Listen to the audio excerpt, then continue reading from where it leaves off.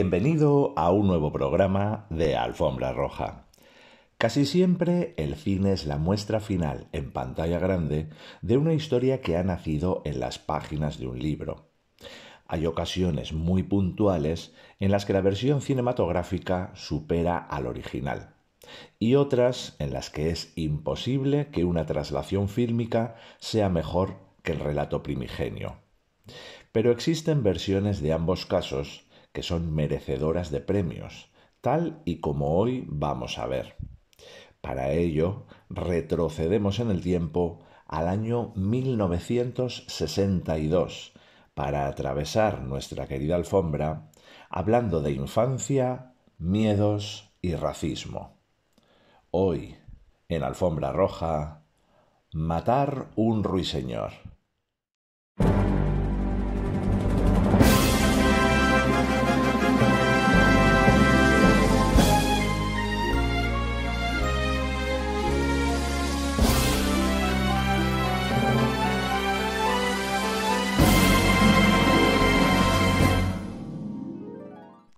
Matar un ruiseñor nos cuenta la historia de Scout y Jem, dos hermanos que durante la Gran Depresión ven cómo su padre tiene que defender a un hombre negro acusado de violar a una mujer blanca.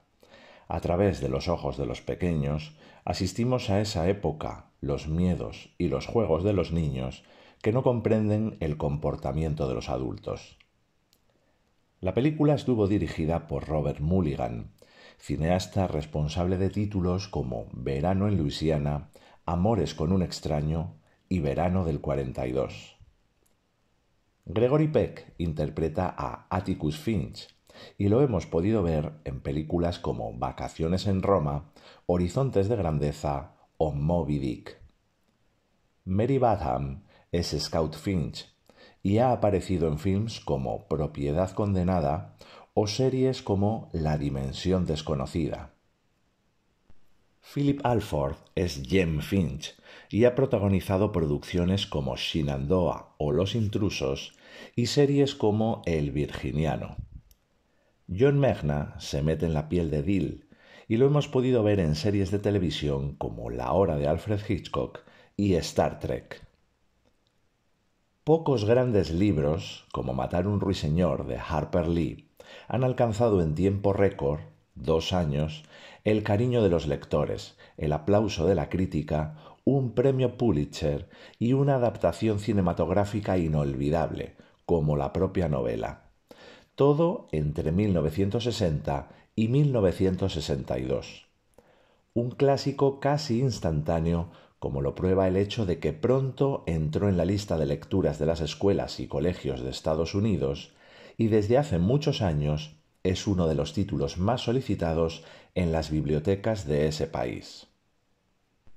Con un mensaje contundente, el de la propia novela de Harper Lee, llegó a los cines de 1962 Matar un ruiseñor, una película en blanco y negro en el esplendor del color cinematográfico, para reforzar desde ahí mismo su mensaje sobre la importancia de los matices, la igualdad de los seres humanos, lo esencial en la vida y no distraer al espectador. La película cuenta la historia de un abogado viudo, con 2 niños, que defiende a un hombre negro acusado de violar a una joven blanca en los años 30 en Alabama, Estados Unidos. Mientras esto sucede, sus 2 pequeños hijos ven cómo la gente señala a su padre, a la vez que viven una aventura en la búsqueda de Boo, un vecino extraño que vive en el barrio. Robert Mulligan captó el espíritu y el mensaje de la novela sobre la igualdad y contra la segregación racial, el tempo de la historia, la atmósfera calurosa de aquel verano de los años 30 en Alabama, y supo guiar a sus protagonistas en unas actuaciones inolvidables y conmovedoras que logran la simpatía del espectador. Horton Foote hizo un excelente trabajo con el guión, muy respetuoso con la novela de Harper Lee, a la vez que dio brillo a los episodios clave del libro en escenas visuales, diálogos y frases. En un principio, ninguno de los dos quería hacer la película, pero el productor Alan J. Pakula convenció primero a Mulligan de entrar en el proyecto, y después, entre todos, a Foot, que no creía estar a la altura de la novela. Eso sin contar con que Pácula debió convencer primero a Universal Pictures, porque ésta consideraba que la historia carecía de 3 de los elementos que creían capitales para triunfar en el cine: una historia de amor o rivalidad amorosa, poca acción que enfrentara a 2 o más bandos en los argumentos y en el propio espacio físico, y temían crear polémica por el tema racial tan candente en aquellos años 60. Una vez convencidos todos, llegó la búsqueda del reparto. Tras varios nombres para encarnar a Atticus Finch, apareció Gregory Peck, y ya nadie imagina a otro actor en ese papel. La historia de la escritura de Matar un ruiseñor empezó en el verano de 1957. Aquellas calurosas semanas, Harper Lee llevó el manuscrito de su novela, titulada Ve y pon un centinela, a 10 editoriales de Nueva York. Todas le dijeron que no. Solo recibió un sí, pero con condiciones. Fue de la pequeña editorial Lippincott. Le dijo que aceptaba la novela, entonces de 293 páginas, pero con una serie de modificaciones que debía hacer bajo la coordinación de la editora Tay Hohoff. En el original, Ve y pon un centinela, Harper Lee narraba la visita que a mediados de los años 50 hace una joven veinteañera a su padre, Atticus Finch, un abogado de Maycomb.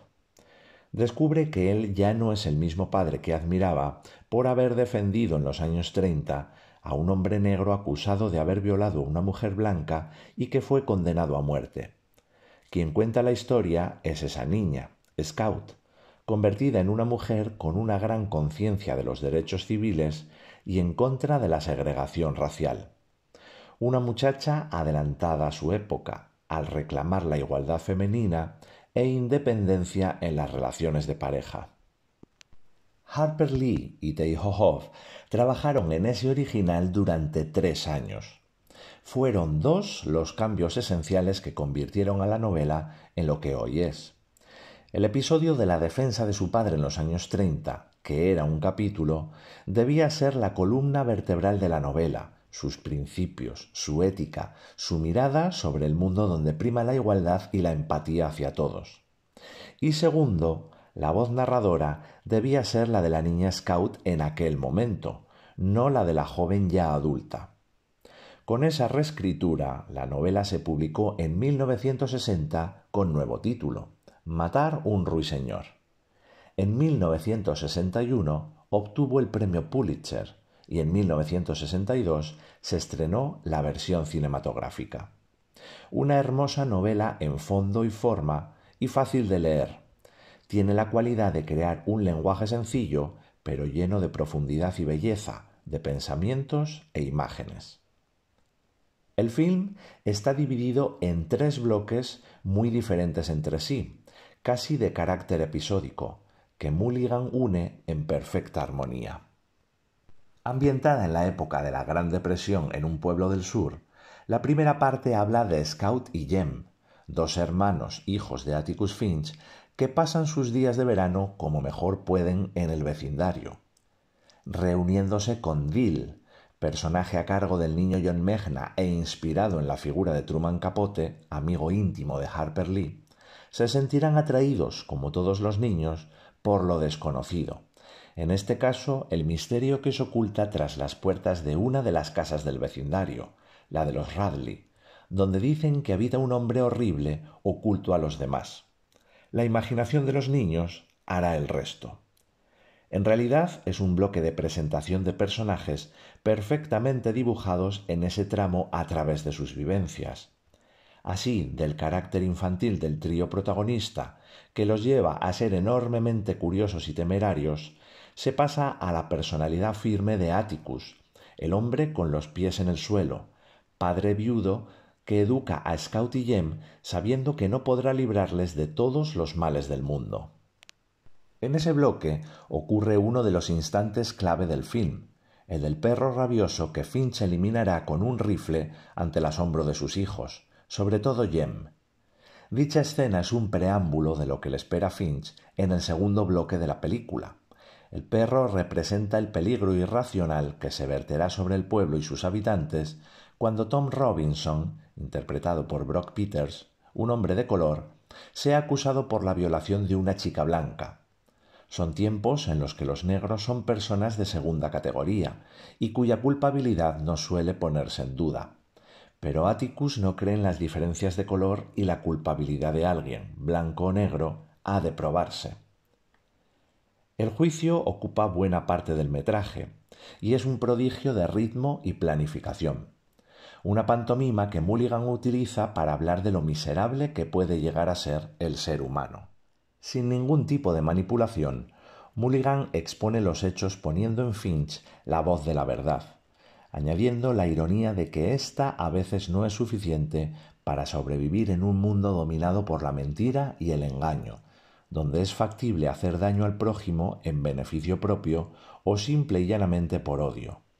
Un odio incomprensible que nace de la propia naturaleza del hombre, capaz de hacer el mal solo porque sí, porque se es malvado, tal y como representa el personaje de Bob Ewell, a cargo de James Anderson, que se convertirá en el ogro del film, sobre todo en su tercio final, cuando la película alcanza el carácter de cuento de hadas con tintes terroríficos. Y es precisamente en ese bloque final donde la película termina de presentar y jugar todas sus cartas.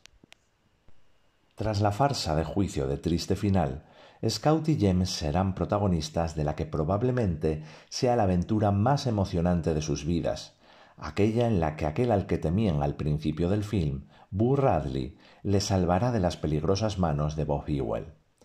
Una vuelta a la mirada de inocencia, pero esta vez centrada en el personaje retrasado de Boo, ese ser invisible que siempre se mantuvo a distancia de sus amigos, haciéndoles regalos desde la sombra. Radley salvará la vida de Jamie Scout, terminando con la de Ewell. Es entonces cuando en la película se producen las dos certezas con las que ha estado jugueteando durante el resto del metraje. Finch abrirá los ojos al comprender que acusar a Radley por lo que ha hecho sería como matar un ruiseñor, valor que siempre les inculcó a sus hijos. Y Scout certificará que nunca se conocerá a alguien hasta que se haya caminado con sus propios zapatos. Atención al instante en el que Scout descubre tras la puerta de su habitación a Radley, Robert Duvall, en su primer papel para el cine, escondido, y antes de que Finch les presente, Scout casa todo en su mente y pronuncia su nombre. A pesar de que en Matar un ruiseñor los personajes centrales son dos niños, el que queda en la memoria por encima de todos es el de Atticus Finch, elegido en numerosas ocasiones como el más grande héroe de ficción que ha tenido el cine estadounidense. Y es que hay algo en Finch que le distingue de los demás héroes cinematográficos: su patente verdad. Gregory Peck, que mantuvo amistad con Mary Badham hasta el final de sus días y a la que siempre llamó Scout, realiza la que muy posiblemente sea la mejor interpretación de toda su carrera, con una naturalidad y presencia imponentes. Dicen que Harper Lee, visitando el rodaje, no pudo contener las lágrimas cuando vio a Peck caracterizado de Finch, pues le recordaba enormemente a su padre. Matar un ruiseñor es una de esas películas para las que el término de obra maestra parece quedarse corto. Su mirada va más allá de lo que son los recuerdos infantiles que rememoran noches lejanas de verano, una de las constantes del cine de Mulligan. Se adentra en ellos con una facilidad pasmosa y trata de tú a tú el enfoque de un niño ante las incomprensibles actitudes de los adultos. Sirva como ejemplo el momento en el que varios habitantes acuden a la cárcel para linchar a Tom Robinson y las preguntas inocentes de Scout hacen que se avergüencen de lo que iban a hacer, dejando a Atticus con el sabor del orgullo en sus labios. Al igual que ese reloj roto que representa lo efímero del tiempo, o esa mágica banda sonora de Elmer Bernstein que representa la infancia y varía según los estados anímicos a partir de las mismas notas, los hijos de Finch dejarán de ser niños algún día y esa muestra de madurez prematura es señal inequívoca de ello. Matar un ruiseñor obtuvo 8 candidaturas a los premios Oscar, de los cuales obtuvo 3, al mejor actor para Gregory Peck, al mejor guión para Foote y a la mejor dirección de arte. La película ocupa el puesto 25 en la lista de mejores películas estadounidenses según el American Film Institute. Y desde 1995 es considerada cultural, histórica y estéticamente significativa por la Biblioteca del Congreso de Estados Unidos. Y hasta aquí el programa de hoy. Espero que lo hayas disfrutado y, como siempre, dale me gusta, coméntalo, suscríbete al canal y pásalo a todos tus contactos. Nos vemos la próxima semana aquí, en Alfombra Roja.